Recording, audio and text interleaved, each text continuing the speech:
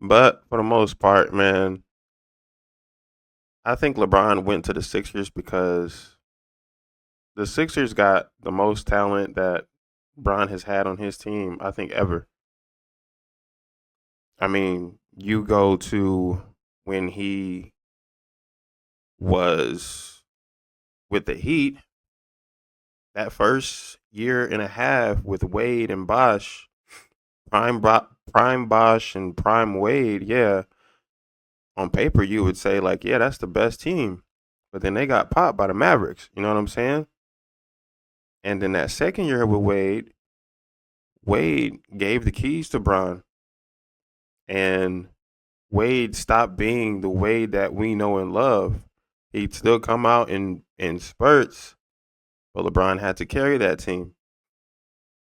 You know what I'm saying? And every team that LeBron has ever been on, he's had to carry. He had a load that he had to carry. He had to put his team on his back.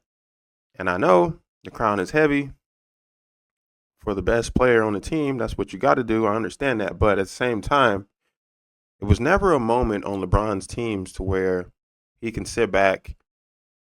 He didn't have to be superhuman. He didn't have to be Superman. You know what I'm saying? Sixers actually gives him that chance to do so. And if you're looking around, everywhere else was going to have LeBron have to be LeBron every night. Now, I love my Warriors, don't get me wrong, but at the same token, bro, if LeBron came to the Warriors with no Jimmy Butler,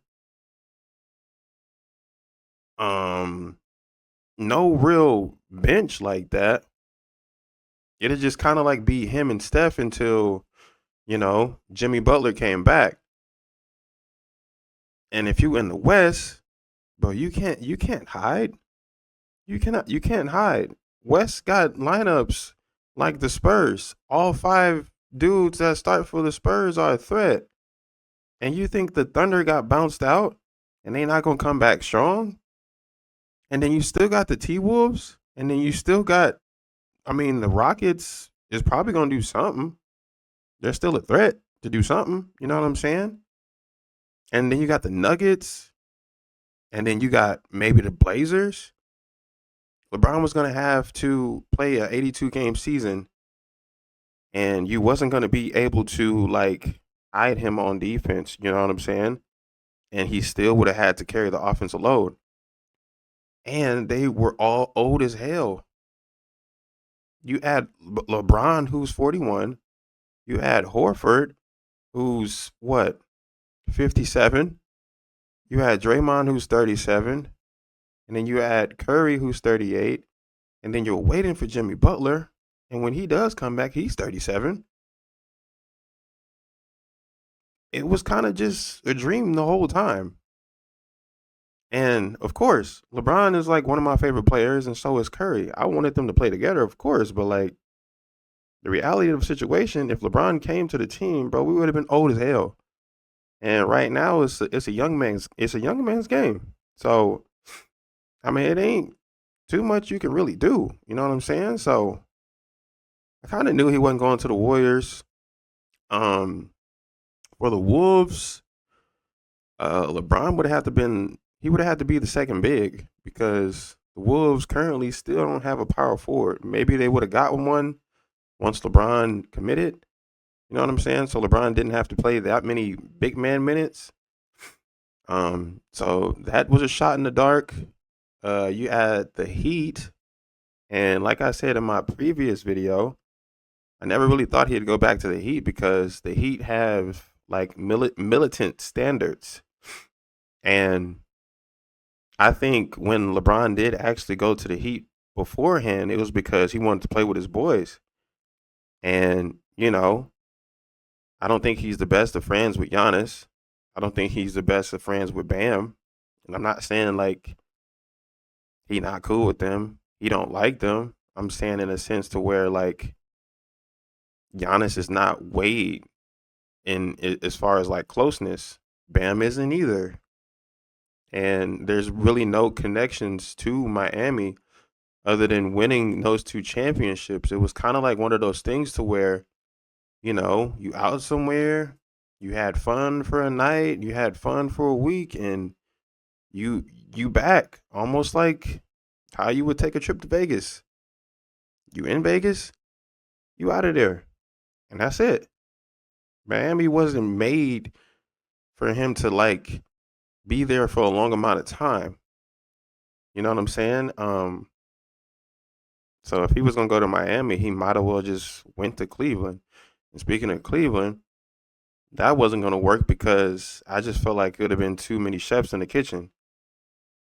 No matter if you traded Evan Mobley for AD, whatever, you still got Harden, you still got Mitchell, and they thrive with the ball in their hand.